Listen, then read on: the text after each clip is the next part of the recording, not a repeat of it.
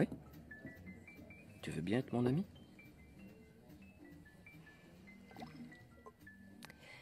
Non, on ne va pas être amis.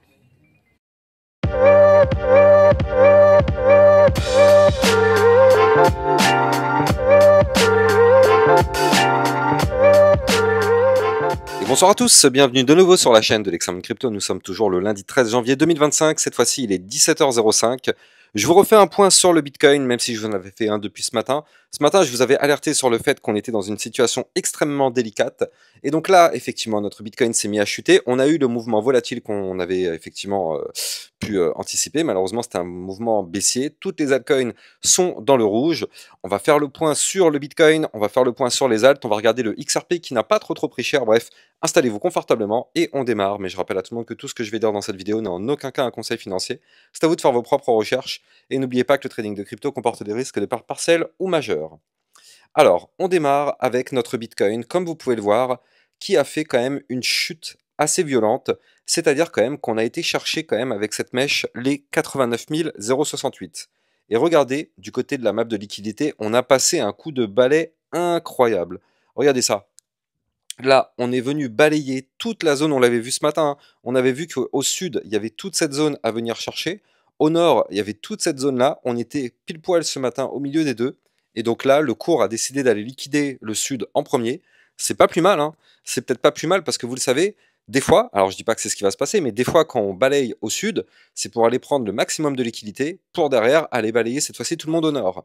Donc c'est peut-être pas plus mal que ce soit comme ça. De toute façon, il fallait absolument qu'on ait une chute pour casser toute l'euphorie qu'on avait connue ces dernières semaines. L'euphorie, petit à petit, a commencé à partir du côté des investisseurs. On l'a vu, hein, et de plus, avec ce Fear and Greed Index qui a chuté petit à petit au fur et à mesure des jours dans le rouge, le Crypto Fear and Greed Index a chuté. Les investisseurs ont de moins en moins confiance en l'investissement crypto.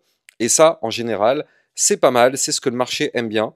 Alors, avec la chute qu'on a eu aujourd'hui, il y a quand même des chances que demain, on se retrouve dans la peur. Donc, on verra bien où est-ce qu'on sera. Mais en tout cas, c'est hyper intéressant de voir cette map de liquidité. Donc là, on est venu chercher toutes les liquidités au sud. Il n'y a plus rien, hein, on va pas se mentir. Le coup de balai a été fait. Il n'y a vraiment plus rien du tout à aller chercher. Donc maintenant, regardez, on a des liquidités maintenant ici à 95 900 jusqu'au 98 200. Et donc ça, justement, ça matche parfaitement avec mon graphique, parce que souvenez-vous, ce matin, je vous avais expliqué que là, eh bien, le Bitcoin était dans un range. Alors, on tentait la cassure, mais regardez, même si on est actuellement sur une belle bougie ici, comme ça, mais à aucun moment, pour le moment, le Bitcoin n'a cassé de façon validée son range. Comme vous pouvez le voir ici actuellement, on est en train de faire une mèche, mais regardez, on est même à deux doigts de réintégrer le range. Et ça, ce serait quand même quelque chose d'assez incroyable si le Bitcoin arriverait à clôturer à l'intérieur de ce range. Ça, franchement, ce serait vraiment très intéressant parce que ça voudrait dire qu'on aurait été chercher les liquidités, on clôture dans le range, boum, on pourrait prendre la direction du haut du range, donc à 102 000 $. Donc, je dis pas que c'est ce qui va se passer, mais franchement, ce serait un scénario quand même idéal que de clôturer à l'intérieur de ce range. Donc là, la clôture jour de ce soir, donc elle aura lieu à 1h du matin, heure française, elle va être hyper déterminante. Effectivement, hein, si on clôture en dessous le range, bon bah il y aura cassure. Alors, il faut quand même noter, hein, on l'avait déjà vu, mais au pire des cas, sous le range, on a quand même le support des 92 092. D'ailleurs, on est actuellement pile poil posé sur ce support. Donc là, en tout cas, pour le moment, ces niveaux clés sont en train de tenir. Si ça lâche, vous l'avez compris, hein, ça peut descendre très très vite sur le Bitcoin. Alors, regardez, on est passé en l'espace de quelques minutes des 90 000 à 89 000 et des poussières. Ça va très très vite, hein. Quand le Bitcoin a décidé de chuter, il est capable de faire des mouvements ultra volatiles. Et souvenez-vous, ce matin, c'est ce qu'on avait vu, hein, on s'attendait à un mouvement volatile. Parce que justement, si on reprend ce que je vous avais dit dans ma vidéo, regardez ça. Donc pour tous ceux qui ne me suivent pas encore sur Twitter, vous pouvez me suivre, hein, vous avez toutes les news, toutes les actualités crypto, tout ce qu'il faut savoir sur l'environnement crypto. Et vous avez aussi, bien sûr, regardez ça, ma vidéo de ce matin, un mouvement à venir, ça va péter pour très bientôt. Effectivement, ça va péter parce qu'on avait déjà détecté dès ce matin que les bandes de Bollinger étaient ultra resserrées du côté du Bitcoin, et donc ça n'a pas loupé, on a eu un mouvement hyper explosif et hyper volatile. Donc là, il faut quand même noter, hein, on s'est réveillé ce matin, on était tout de même ici, donc pour les leftos, on était à 95 000, là on a quand même fait une pointe à 89 000, sur la même journée. Je ne sais pas si vous vous rendez compte. En un jour, on a eu quand même une variation du côté du Bitcoin de 7%.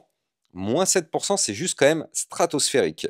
Alors, en tout cas, pour le moment, c'est quand même pas si dégueulasse que ça, hein. Malgré la chute qu'on a eue, franchement, c'est en train d'être racheté. Donc ça, c'est excellent. Tant mieux, tant mieux. Maintenant, on va voir la clôture. Maintenant, pour tous ceux qui pensent qu'on va reprendre de la force et que ça y est, ça va décoller to the moon, attention, hein, je rappelle, ne soyons pas naïfs.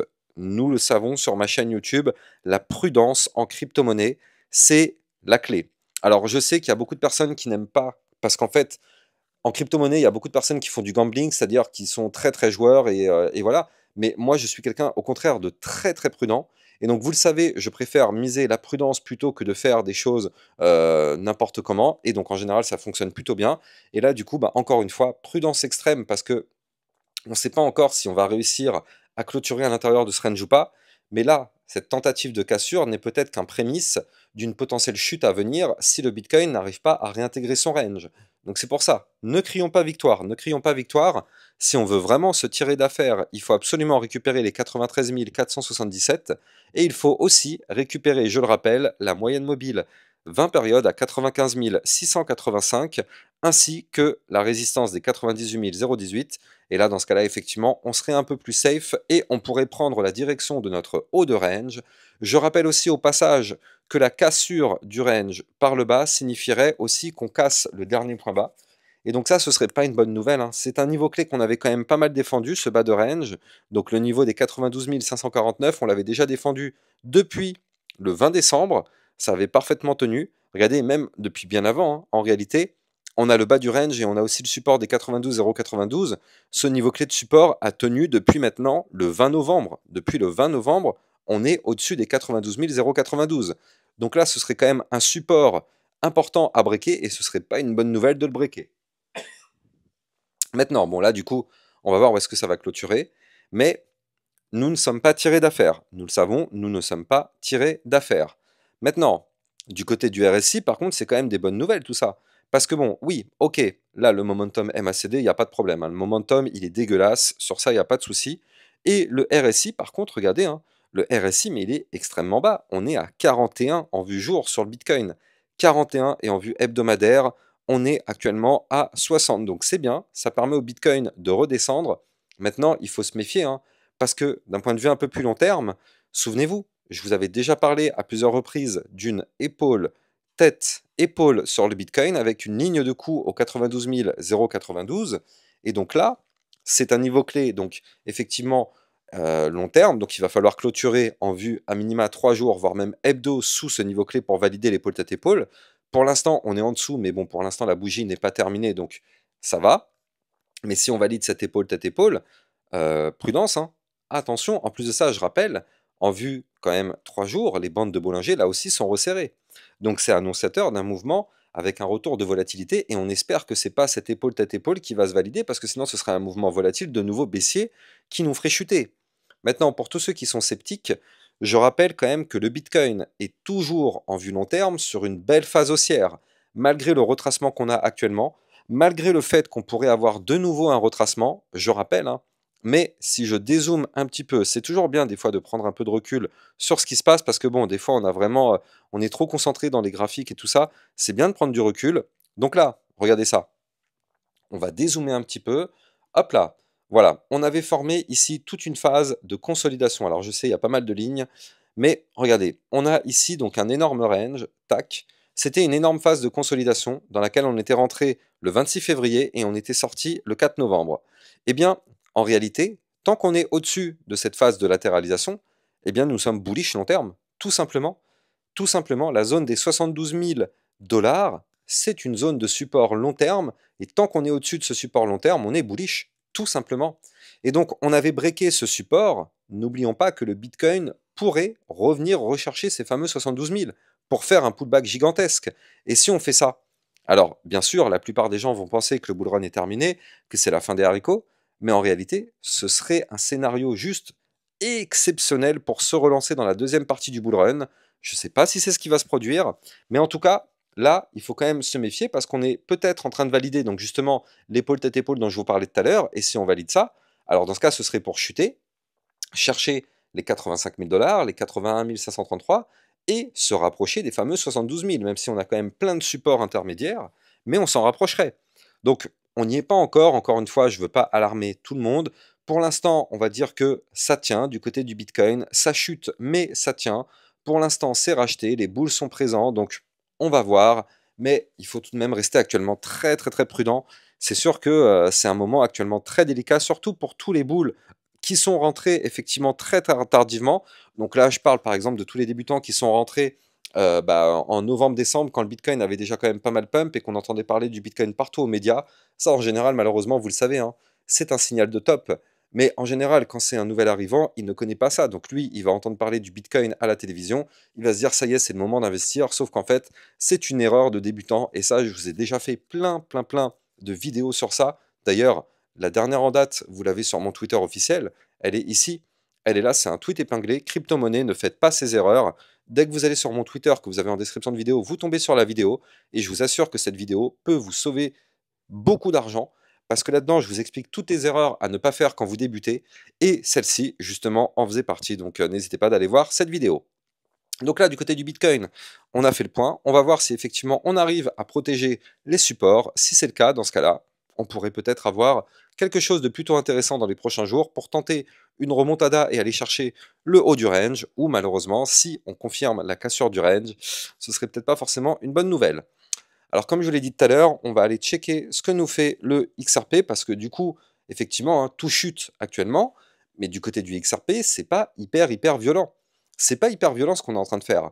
Avant de rentrer dans les détails, je rappelle que sur mon, vous pouvez aussi rejoindre le club LexaRocket. Vous avez d'ailleurs le lien en description de vidéo. Ça vous permet de recevoir encore plus de vidéos que ce que vous avez sur YouTube, avec des suivis réguliers par rapport à toutes vos cryptos. Et quand la période est propice, ça vous permet de recevoir aussi des très belles crypto pépites. Donc n'hésitez pas, le lien est en description de vidéo. Donc là, du côté du XRP, eh bien regardez ça, on a eu ce pullback, hein. Pour ceux qui me suivent sur YouTube, je vous ai déjà fait des vidéos, surtout vendredi, samedi, dimanche. Il y a eu 3 vidéos sur le XRP pour vous dire que le XRP allait exploser. C'est ce qu'il a fait. Pardon. Il a explosé effectivement, donc c'était samedi, en cassant la ligne de tendance baissière par le haut. Et donc on a eu effectivement un mouvement, le mouvement qu'on s'attendait. Si on breakait la ligne de tendance baissière, on allait aller chercher le haut du range. Et bien regardez, c'est ce qui s'est passé. Cassure de la ligne de tendance baissière, on va chercher le haut du range. On se fait rejeter par le haut du range parce que bien évidemment, vous le savez, c'est une zone de résistance. On retrace. Et donc là, qu'est-ce qui se passe? On fait le pullback, on revient de façon chirurgicale, retester notre ligne qu'on avait breakée. Donc là, le XRP nous forme un pullback, mais juste monumental. C'est ultra propre. On s'y attendait, hein, ce pullback. On le voulait en plus. Non seulement on s'y attendait, mais on le voulait. On voulait ce pullback. On voulait absolument qu'on revienne retester la ligne de tendance baissière et que ça tienne. Et pour le moment, c'est le cas, c'est en train de tenir. Et donc, regardez, du côté du XRP, les points hauts sont de plus en plus hauts, les points bas sont de plus en plus bas, de plus en plus haut, pardon. Donc nous sommes dans une tendance haussière depuis le 30 décembre sur le XRP. Et pour l'instant, eh bien, la tendance haussière continue. Et ça fait plaisir parce que si jamais le XRP arrive, je le rappelle, à rester au-dessus des 2,4708 $, donc cette ligne qui est ici, eh bien, je le rappelle, hein, mais on avait formé ici une tasse avec une anse. Donc là, on avait breaké le niveau clé. Là aussi, on est revenu le retester. Pour l'instant, ça tient. Et si ça tient, ça nous permettrait peut-être d'aller chercher la target de ce pattern. Donc c'est quand même une target qui se trouve de façon théorique, encore une fois, hein, à 2,8867. Attention, on a deux résistances intermédiaires, notamment le haut du range à 2,6052. La suivante à 2,7261. Donc là, du côté du XRP, on est vraiment pas mal du tout. On espère vraiment que ça va se valider pour qu'on puisse avoir une nouvelle petite poussée haussière. Maintenant, ne soyons pas naïfs. À la seconde où le Bitcoin chute, tout le marché crypto va chuter, donc le XRP aussi. Donc ne soyons pas naïfs et faisons extrêmement attention. Allez, on continue sur l'Ethereum. En attendant, je rappelle que vous pouvez trader toutes ces crypto-monnaies en utilisant mon lien de parrainage Binance que vous avez en description de vidéo, qui vous permet d'obtenir un bonus à vie sur vos frais de trading et de trader sur une plateforme enregistrée PSAN auprès de l'AMF. Le lien est en description de vidéo. Du côté de l'Ethereum, attention, hein, c'est pas très joli. C'est pas très joli ce qu'on est en train de faire, on va pas se mentir. C'est vraiment pas joli. On est actuellement en train de revenir retester un support. Donc en réalité, je vais tout simplement réajuster mon niveau clé. Mais en fait, on avait formé un range. Et donc là, en fait, on est en train de revenir retester le support qui est ici à 3030 $. Donc pour l'instant, c'est un niveau de support qui avait tenu ici, vous le voyez. Depuis eh bien, le 14 novembre, ce niveau clé de support a été testé à plusieurs reprises, ça a tenu, on a décollé. Donc ce niveau a quand même été vraiment défendu. Donc là, ce serait dommage de le laisser tomber. Donc il peut y avoir effectivement une réaction sur ce niveau clé. Il pourrait y avoir une réaction. Ce serait pas normal d'avoir fait autant d'efforts pour le sauvegarder et ici le laisser tomber comme ça, one shot. Ce serait pas logique. En tout cas, on est sur le support. Est-ce que ça va tenir? Suspense. En tout cas, ce qui est pas top, par contre, c'est qu'on casse ici les 3123 $ qui correspondaient au bas du range. La journée n'est pas terminée, on va voir où est-ce que va clôturer l'Ethereum, mais prudence, hein, quand même, l'Ethereum est toujours en train de faire des points hauts de plus en plus bas, des points bas de plus en plus bas, toujours sur une tendance baissière. Si on pète le support que je viens de vous donner, donc effectivement le niveau clé des 3033, alors dans ce cas-là, ce serait pour aller chercher les 2900, voire même les 2723. D'ailleurs, on a fait une mèche quand même, il faut le noter, à 2919, donc c'est quand même très très bas. Bref, en tout cas, j'espère que vous avez kiffé la vidéo. N'oubliez pas de liker, commenter, partager. Vous le savez, ça participe au référencement de ma chaîne. Et n'oubliez pas de vous abonner à ma chaîne YouTube pour recevoir tous les jours 1, 2 à 3 vidéos concernant le Bitcoin et les altcoins. A plus tard, ciao ciao.